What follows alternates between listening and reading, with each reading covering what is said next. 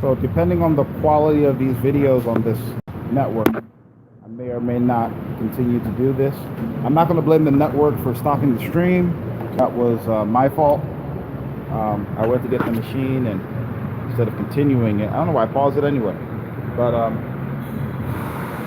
right, so I got the AC machine. The undercarriage looks okay. I could peek at the brakes and ball joints here real fast. Yeah. You need both hands here. So I just grab the tire at 10 at 12 and 6 and 3 and 9 and wiggle it and see if we've got play in like the ball joints or the tie rod ends.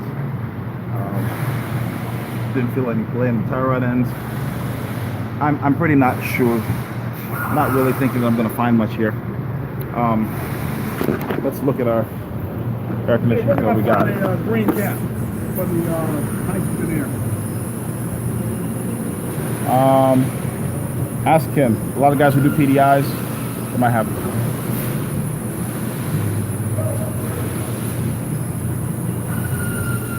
I have a pet peeve. We'll talk about that in a second. Hang on, let's do this. You can't even see me. There we go. I have a pet peeve, right? I can respect when people are on the phone. You probably won't know that I'm on the phone if I have this thing in my ear. You know, you can't tell unless I'm talking. But if I'm talking, you walk up to me. What's so important about what you need to just walk up to me? If you don't know, that's great. But I find a lot of folks who I work with, they could care less about what you are doing. What they need is so important. All right, let's put the, so thankfully whoever used this last recovered the line, so I don't have to worry about that. I'm going to check static pressures on this thing. I have shut it off for about 10 minutes now. The engine bay is hot. Average temperature here should be above 90. And the engine bay probably closer to 100. But what I'm looking for with the R134A system, if you're familiar, is the total system pressure should stabilize, equalize, high to low through the compressor and the expansion valve after a while, and the pressures should be close to ambient temperature. All right, so ambient temperature being above 90. What do I expect to see here? 90s. What do I see?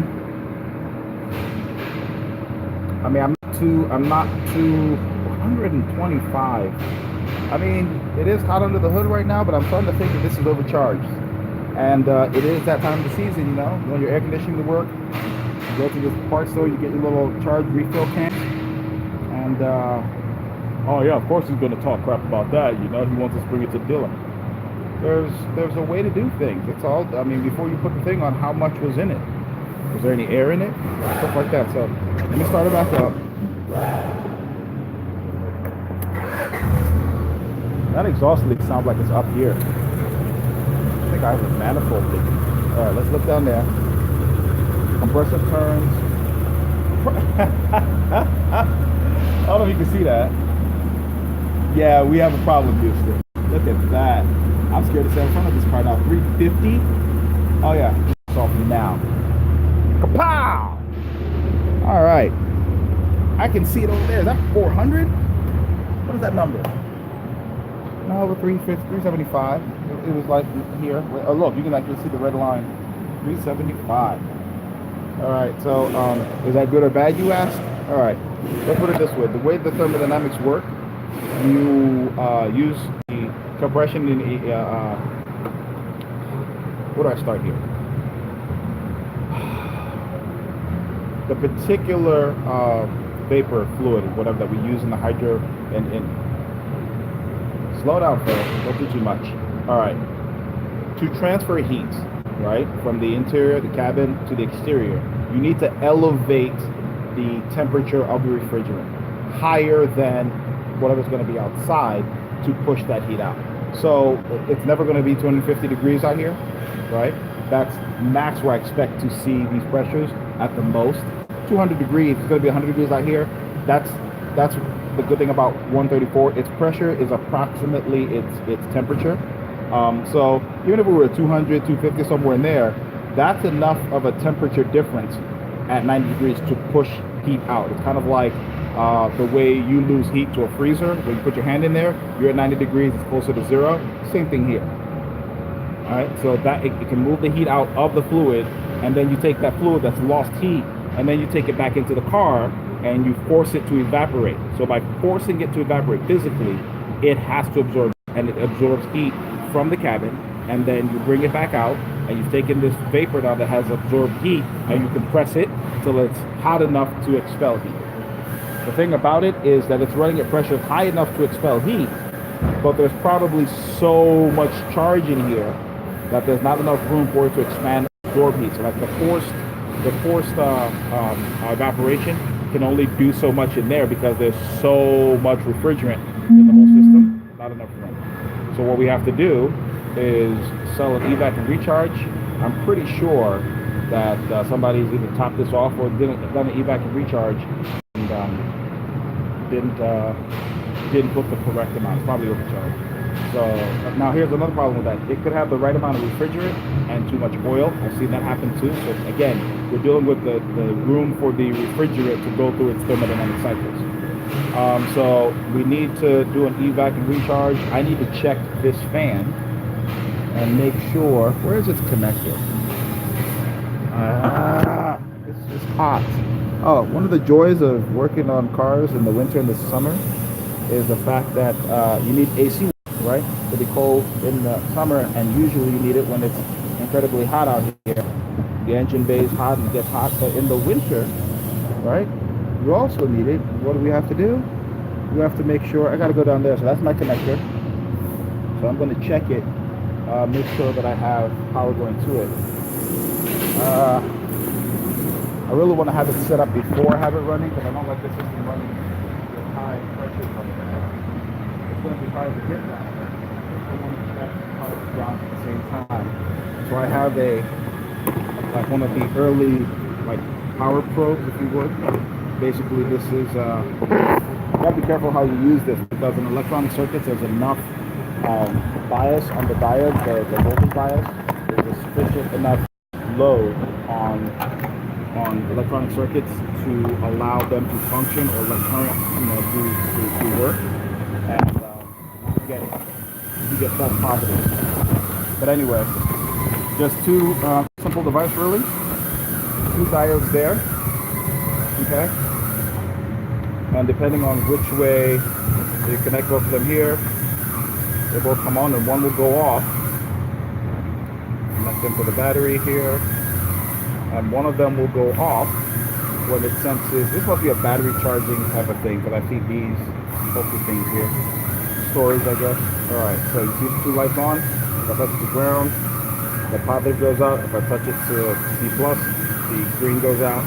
So I'm going to try and get down there, back probe, back connector on both sides, and make sure I have power and ground to the motor. And then if we do, we need a motor. If we don't, I got to diagnose the circuit. So I'm going to put you guys down here while I try. I just want you to see where I'm going. It's probably going to be kind of tight and hot, but got to do it. Oh, can't see it? Okay, so that's the connector behind this other harness. So if you see it down there below that harness, is a 2-pin high current connector for this fan. So I'm going to go down there now. I have no idea how this bandwidth is. Alright, I guess that's what I need to know from the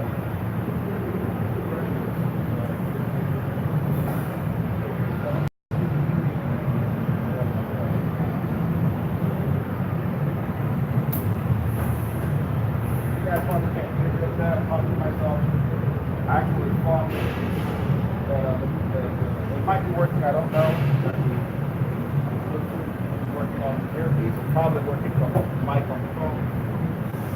I should probably check that out and know for sure, but I'm pretty sure you're listening to me here. I have a light, the mic is there, and the phone is on top. Alright, let's reach down here. I have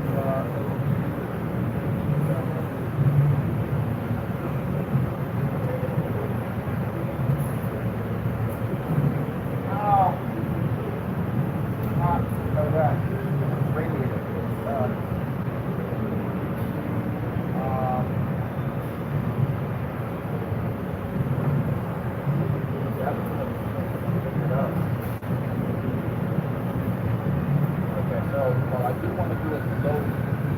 I think I'm going to have a problem getting back there, so I'm going to plug it.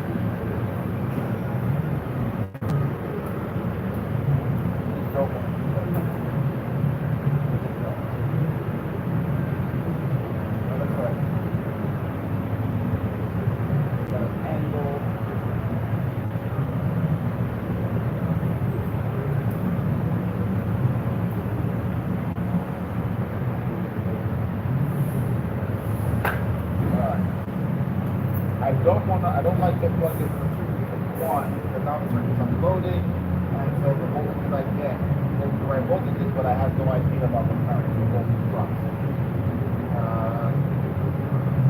Wait, can't talk. Alright, so I have a look at the schematic, it's only two pins. One of them has a good ground, and I have a good ground, I just want to look at the color of the wire.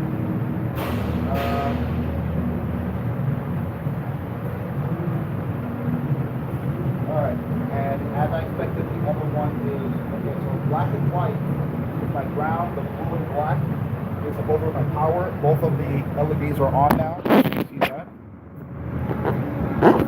Hopefully it comes out so you can see, and I'm in the pin there.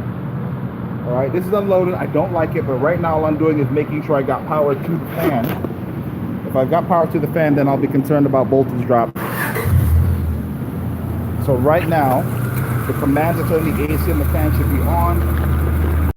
That I don't have a signal. See that? It's still neutral. There's no power there. So now I need the schematic to go and look. Yep, no power there. So I got to figure that out. All right. So I'm not really concerned about the fan's condition now. I can turn the AC off, I guess. No. But I need to check that command from where it's coming from. All right, a little bit of a pickle here. I need to spend the time to go look this up. So here's what obviously I need to do now. Diagnose that circuit as to why it's not on. I do believe, if I remember correctly, the architecture hasn't really changed that much. Cooling fan there is a 20 amp. So I have these. Alright. Cooling fan. That's the cooling fan. That's cooling relay. Cooling fan relay here. Condenser fan 15 amp. Okay, so now I gotta remember the one closest to the engine is a condenser fan, the other one is a cooling fan. That's the is it? Yeah. So that's the radiator fan, that's the condenser fan, and they swapped the designation on V6s for some reason. So then that would be the radiator fan, that would be the condenser fan. Don't ask me why, but it changed. So I need to check this fuse out while we're here. Got this. Check it on both sides. Power there. I think we're done, people. Power on one side and not on the other. Sorry, you can't see that. Alright, so terrible lighting. They're both lit here. Only red there. So, open fuse? Anybody's guess? So some of my students are quick to do the fuse box checks, and a lot of times, depending on the problem, you find it this easy. So that's blown. Question is, why did it blow? Don't know when this contraption was installed. Doubt that it could be the problem, but here's my thing. Do I have a spare fuse to put in it? I don't know that I do. I really don't want to just throw fuses out like that. Stop light and horn is 20 amp. I don't have any spares in here. That's the power window, right rear. Power window, rear left, blah, blah, blah. Power window, front left. Those are 20 amps. Stop light and horn. Let's see. Rear window, headlights you need. I'm going to go with rear window on the right rear. I'm going to borrow that. Okay. Take a quick look at this. Looks okay. Put it in. Make sure you don't see any flashes, because that means you have a hard failure there. Check our power in, power out. I have my connection still unplugged here. I'm gonna go down there into the Going black again. We're at 15 minutes, people.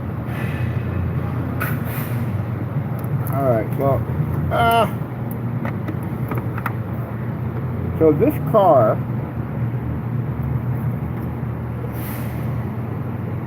I guess she thinks I see things and I'm wondering if it's stored for the winter because it's got a battery blanket and whatnot. All right.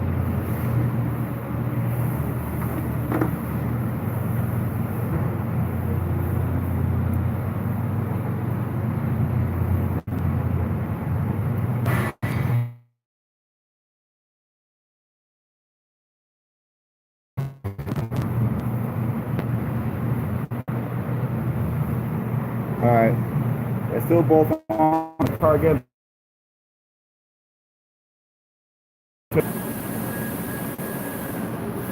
All right. That exhaust leak sounds like it's up front. Getting messages here. People will probably wonder why I'm not responding. Okay, so I have power now. Only the red is on. So the question is, does the fan cause the fuse to blow? Let's find out.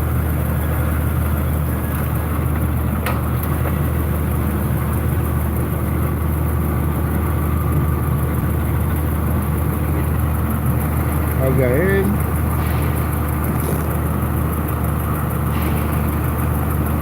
Hot.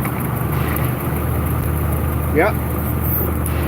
The fan struggled to turn, and I heard a snap, and I bet you can come over here.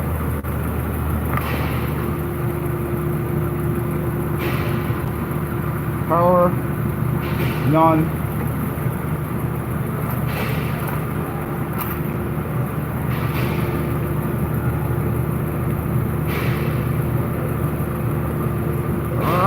I mean, that is about as blown as a fuse can get angrily.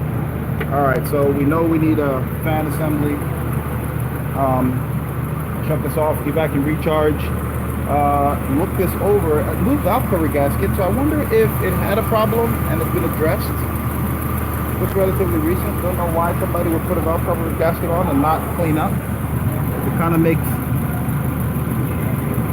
you wonder if you still have a problem. But all right, so thank you guys for watching. I'm going to write this vehicle up. Oh, manifold, what do you think? I should, right? Let's look under there. It's going to be hot. I really don't want to do this, but there's no reason in having you guys here looking for this problem. Need a muffler, but we might need a manifold too. There's no point in going to fix an exhaust leak if the car is going to end up sounding civil. Probably would like to kill that bird all at once now. Whatever bird you have with one stone. No point in putting a muffler on it, so having to know it. Alright. I'm going to risk 14th degree burns here. Those 3 bolts look pretty clean. This car for a 97, that puts it at 21 years. Am I doing my math right? 21 years old. The condition of the bolts is incredible. Garage cap box maybe? No, this one didn't grow up around here.